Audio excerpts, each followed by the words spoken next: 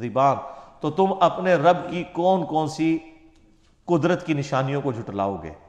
नेमत भी है सूरज का निकलना और गुरूब होना, और ये कुदरत की बहुत बड़ी निशानी है। सर ये कोई नहीं कर सकता, कोई नहीं कर सकता।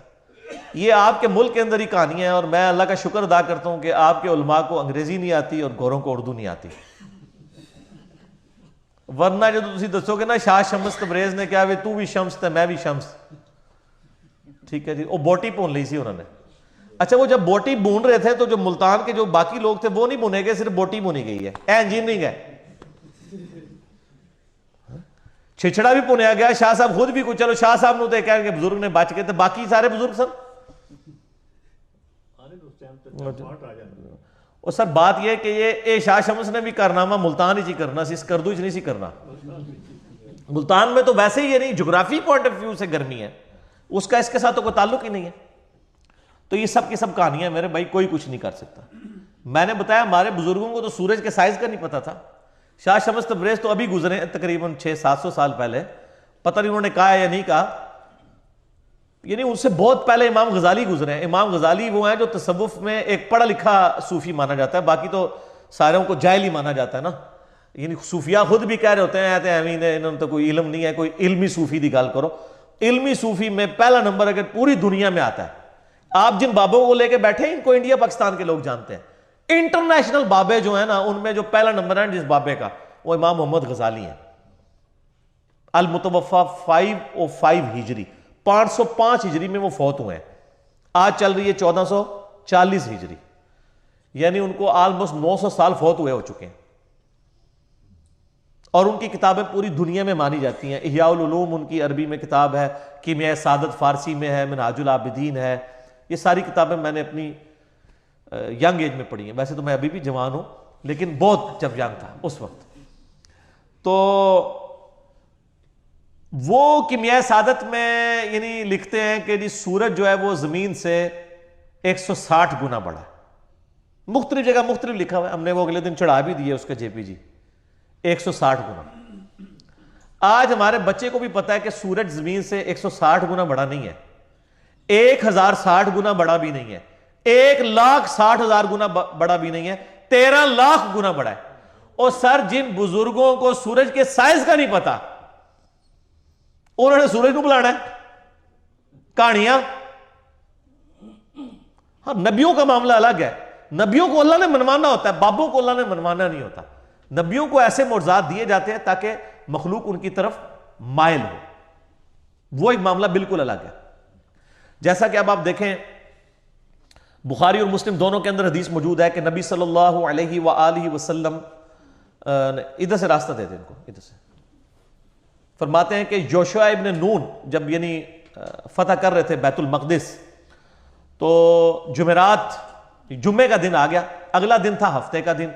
हफ्ते वाले दिन यहूदियों के यहाँ, यानी मुसलमान थे सारे उस वक्त, जब तक हमारे नबी अलैहिस्सलाम का उन्होंने इनकार नहीं किया तो वो उस वक्त तक काफिर नहीं थे। तो जिहाद करना, किताल करना मना था, क्योंकि वो उनका अमन का दिन था। अब फतह बिल्कुल करीब थी, जुम्मे का सूरज गुरूब हो रहा था। बुखारी मुस्लिम दोनों में आता है योशुआ इब्न नून ने दुआ की, अल्लाह हमारे लिए सूरज को रोक दे। उन्होंने भी रोकया नहीं, आप सर दुआ की ताकि हम काफिरों पर फतह पा लें। अदरवाइज हफ्ते वाले दिन छुट्टी का दिन था, जंग रोकनी पड़नी थी, एक दिन में काफिरों को फिर स्ट्रेंथन होने का मौका मिल जाता।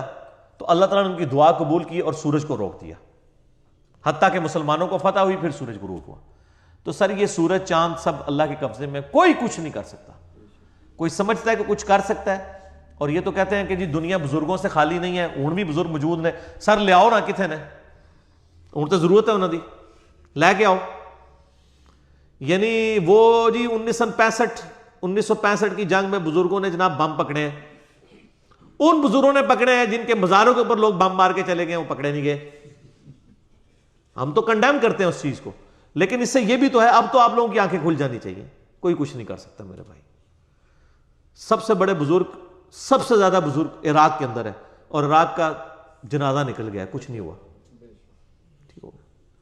हाँ, बाज़ औक़ात शैतान जो है वो इंसानों और जिन्नों में से इंसानों को वसवसे दिलाते हैं कि जी वो तो यजीद ने भी काबे पे चढ़ाई की थी, तो अल्लाह ने काबा क्यों नहीं बचाया? इसलिए कि अल्लाह ने कहीं ये कहा ही नहीं है कि मैंने काबा बचाना है। अल्लाह ने तो आपको बकदर एफर्ट छोड़ा हुआ है दुनिया के अंदर। वो तो नबी इस्लाम के भी दान मुबारक शहीद हुए हैं। अल्लाह का दावा कहीं नहीं है। आपका बुजुर्गों के बारे में दावा है कि जी ड्यूटियां ने कराची की ड्यूटी जी है वो उन्होंने बुजुर्गों की जी समुद्र के किनारे ने जिथे सारी चर्च पाउडर उत्थे ही विकती है, यह ड्यूटी लगी है। लाहौर के जिस बुजुर्ग की ड्यूटी लगी है सारे जना के अड्डे सारे चरसी पाउडर उत्थे इकट्ठे होंगे ने, तो यह ड्यूटियां लगी ने, फिर कोई कुछ नहीं। मेरे भाई आज के इस मॉडर्न दौर में भी जब लोग दीन से बरगश्ते हैं, हमारे मोहल्ले के अंदर आके अगर चरसी पाउडरी को किराए का मकान खरीद लेना या कोई बदकारी करने वाले लोग, तो पूरा मल्ला प्रोटेस्ट करके वो कहता है जी इन्होंने कढ़ो इथों बाकी खराब करनगे। तो तुहाडे बुजुर्गों के मज़ारां उत्ते सारे पुट्ठे काम हो रहे हैं, तुहाडे बुजुर्ग उन्होंने क्यों नहीं उठा सक रहे? वो तो निगाह मार के तय कर देंगे ने, बम फाड़ लेंगे ने। सब झूठ है मेरे भाई। इतनी सारी चीजें होने के बाद भी अब तो आंखें खुल जानी चाहिए। कोई कुछ नहीं कर सकता किसी के लिए, यह हर चीज अल्लाह के कब्जे में है। ठीक है, आए तुहाडे बुजुर्ग तो 1000 साल तो कह रहे हैं जनाब वो निगाह मारी 70 जमीना तेल भी क्रॉस कर गई, तेल भी नहीं नजर आया, उत्ते निगाह मारी तो जनाब अर्श मुअल्ला ते पहुंच गई।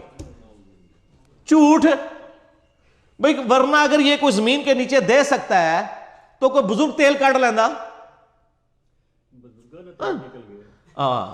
ऊन निकला है। ठीक है, आ देखो बुजुर्ग हो गए किस तरह बुजुर्गों के खिलाफ गल्लां करते हैं। ठीक है, वो तेल भी क्रॉस हो गया। और सर ये तेल कब निकला? आज 300 साल नहीं हुए सर, 1800 कुछ के अंदर वो तेल निकल रहा है, 1837 या 40 के करीब। ये नबी इस्लाम की जो अहदीस में बुखारी मुस्लिम में जिस तेल का जिक्र है वो खाने वाला जैतून का तेल और सरसों का तेल होता था। वही दिया जलाने के लिए भी इस्तेमाल होता था, वही खाने पकाने के लिए भी।